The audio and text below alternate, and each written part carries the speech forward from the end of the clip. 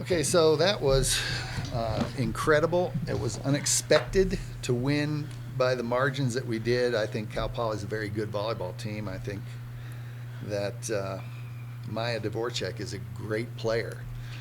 But our service pressure and good blocking, really prepared and effective blocking, disrupted them. And I think they got out of rhythm. They were trying to do a lot of junk.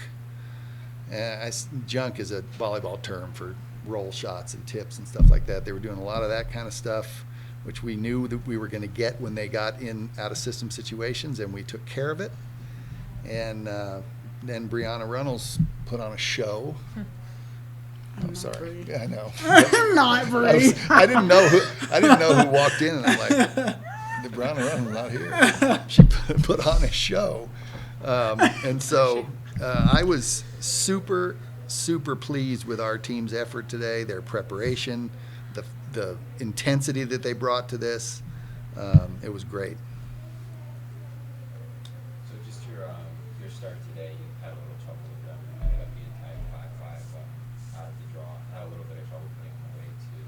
Why do you think that was? I know you had a little issue with your start yesterday against UNC. Just because we're tied at 5-5 doesn't make it a bad start. I'm sorry.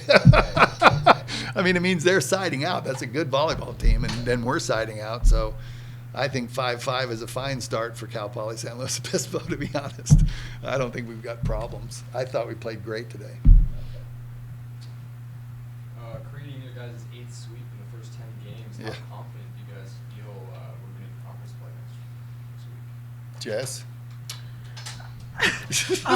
For me, I think it's super exciting being able to go out and sweep teams, but we know that that's not how every game is going to go, and that we have to prepare for long 5-set matches and be ready to play those when they come.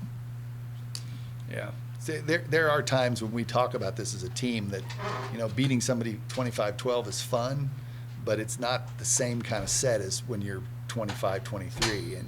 And those, like our CU match at CU, that was a good match to play in because the scores are closer. And, you're not supposed to destroy people all the time. You need to be able to play in tight matches. And going into this match, we thought for sure this was going to be like that. So, I'm pleased at the way they played, don't get me wrong, but we do need to get out and play in some matches where both teams are above 20. How do you ladies keep your energy up? It's definitely a constant conversation out there. Like if it's ever low on the court, we'll be like, come on, let's go, energy. So it's kind of, we hold each other accountable. And, if one person's cheering, it's kind of a domino effect. Everyone else starts cheering. Yep, I think just being able to feed off your teammates and feed off the energy of the crowd is super important. You guys have been able to hold your opponents to a negative hitting percentage. This is the second straight game. Who do you guys credit that to? Great blocking. Really, and this, I can't understate how good we served the ball today.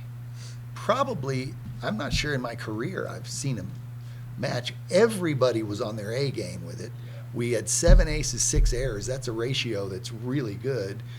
And, I mean, they couldn't pass. And so that gets them in a position where they become more predictable.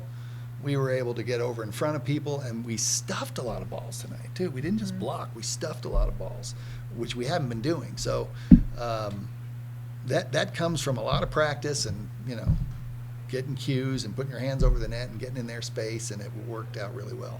It seems whenever you guys jumped out to a lead, they would call a timeout, probably trying to regroup.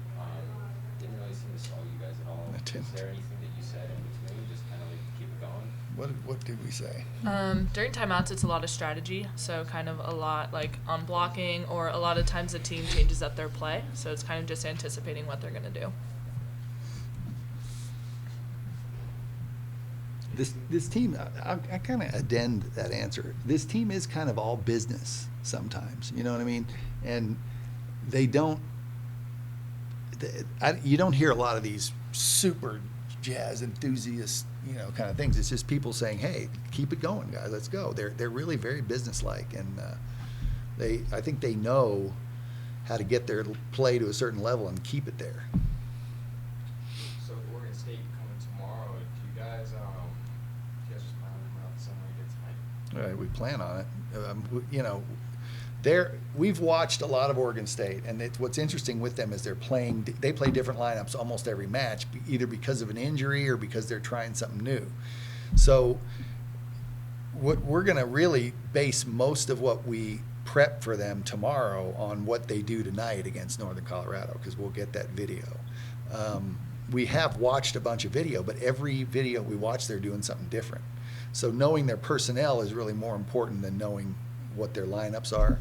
And you know, they've got some talented kids, 3 really good physical pin hitters, and 2 that can play on the right side that are really, really good. So I expect it to be a good match.